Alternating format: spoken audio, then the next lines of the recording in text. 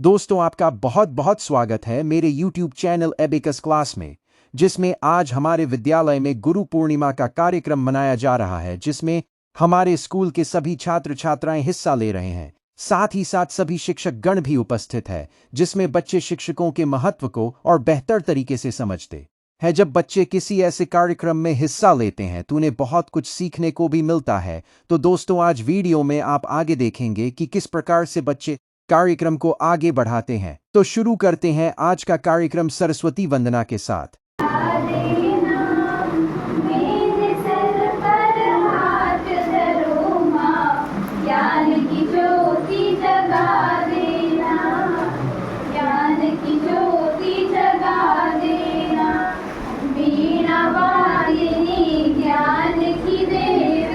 अपनी दया बरसा देना, मेरे सर पर हाथ धरो माँ, ज्ञान की ज्योति जगा दे। सुरों में वास तेरा, सारे सुरों में वास तेरा।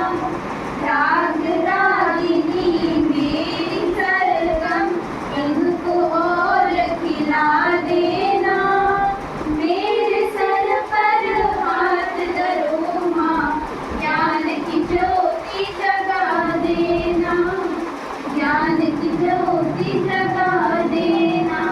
मीरा वालिनी ज्ञान की देवी, अपनी दया बरसा देना, मेरे सर पर हाथ धरो माँ, ज्ञान की ज्योति जगा देना, ज्ञान की ज्योति जगा देना।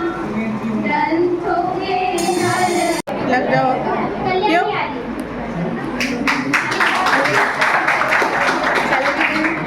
चले भी गए मैडम लोग, चले गए। और शिक्षण यानी कि गुरु इस प्रकार है कि जो हमें मार्गदर्शन देते हैं, और गुरु इस मिट्टी की यानी कि हम मिट्टी हैं और गुरु वो कुमार है जो हमें किसी भी रूप में ढाल सकता है। और गुरु के बिना ज्ञान नहीं, ज्ञान के बिना कोई महान नहीं। जब रुट जाता है इंसान तब गुरु ही देखा ज्ञान।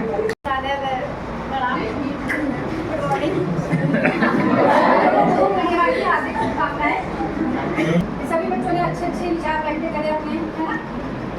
सभी ने बताया कि गुरु कौन होते हैं, ना गुरु में क्या देते हैं, क्या शिक्षा देते हैं, गुरु कौन। महोत्सव को लेके आता है।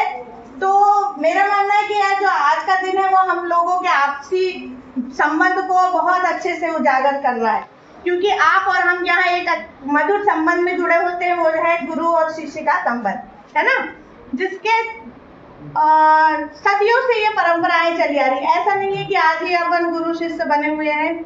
जब से मनुष्य का जन्म हुआ और उसने शिक्षा ग्रहण किया होगा, तब से उसको किसी न किसी गुरु की जरूरत पड़ी होगी।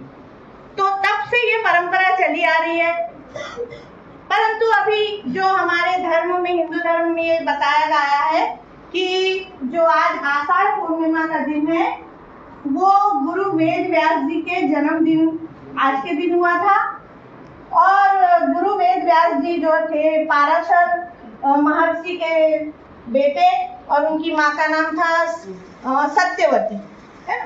गुरु वेद व्यास जी ने महाभारत लिखी है, और साथ ही जो चारों वेद की रचना किया है उनको व्यवस्थित बांधने का काम किया है, जो हमारे 4 मुख्य वेद माने जाते हैं।